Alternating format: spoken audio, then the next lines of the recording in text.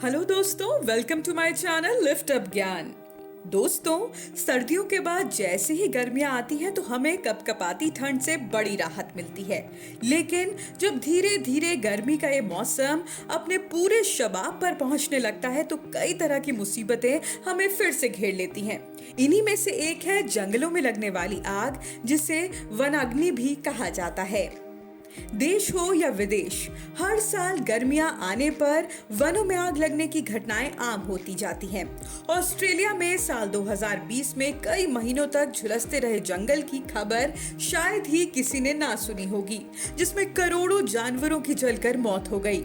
वहीं भारत में पहाड़ी राज्यों जैसे जम्मू कश्मीर, हिमाचल प्रदेश और उत्तराखंड में वनाग्नि के मामले हर साल तेजी से बढ़ रहे हैं। इन राज्यों में जंगलों में आग लगने की असली वजह बारिश की कमी यानी ड्राई स्पेल, सूखे की स्थिति पैदा होना, गर्म हवा, ज्यादा तापमान, बिजली गिरना तो माना ही गया है। लेकिन प्राकृतिक रूप से आग लगने के अलावा मानवीय कारण भी हर साल लाखों हेक्टेयर जंगल को पल भर में खाक कर देते हैं। जी हाँ दोस्तों, जंगलों में आग लगने की ज्यादातर घटनाएं इंसानों के कारण होती हैं, जैसे आगजनी, कैंप फायर, बिना बुझी सिगरेट फेंक देना, जलता हुआ कचरा छोड़ देना, माचिस या ज्वलनशील चीजों से खेलना अक्सर बड़ी घटना को अंजाम देता है। इसके साथ ही विकास कार्यों के लिए पेड़ों की कटाई और जलवायु परिवर्तन के कारण हर साल गर्मी बढ़ने के कारण जंगलों के बीच बहने वाले जल स्रोतों का सिमटना आग की घटनाओं की बड़ी वजह है। तो दोस्तों, जंगलों में आग लगने के कारणों के बाद अब जान लेते हैं कि इस आग को आखिर रोका कैसे जाए। गर्मी शुरू होने से पहले हर साल फरवरी में पेड़ों से गिरने वाली पत्तियों की सफाई की जाती है, ताकि अगर कहीं आग लग भी जाए तो उसे दूसरे जंगल में फैलने से रोका जा सके। दोस्तों, आग रोकने के लिए वन कर्मी दो प्रकार के जंगलों के बीच खाली स्थान छोड़ देते हैं, जिन्हें अग्नि रेखा या फायर लाइन भी कहा जाता है, ताकि आग को फैलने से रोका जा सके।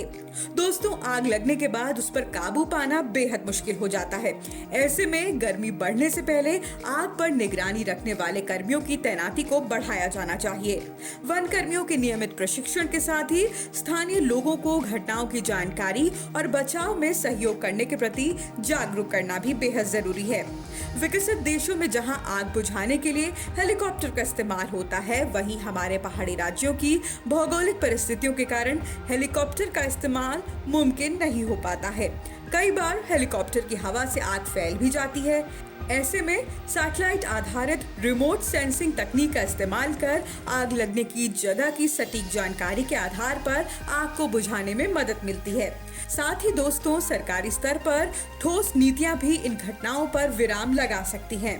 तो दोस्तों, ये वन हमारी एक ऐसी संपदा है जो कई सौ सालों में बनकर तैयार होती है और शुद्ध हवा के साथ ही हमारे जानवरों को घर देती है। ऐसे में सोचिए, अगर ये वन नहीं होंगे तो हम आखिर सांस कैसे लेंगे। जंगलों को बचाना हम सबका कर्तव्य होना चाहिए। उम्मीद करती हूँ वीडियो पसंद आया होगा। वीडियो को लाइक, शेयर करें और चैनल को सब्सक्राइब करना ना भूलें। फिलहाल के लिए बाय बाय और देखते रहिए लिफ्ट अप ज्ञान।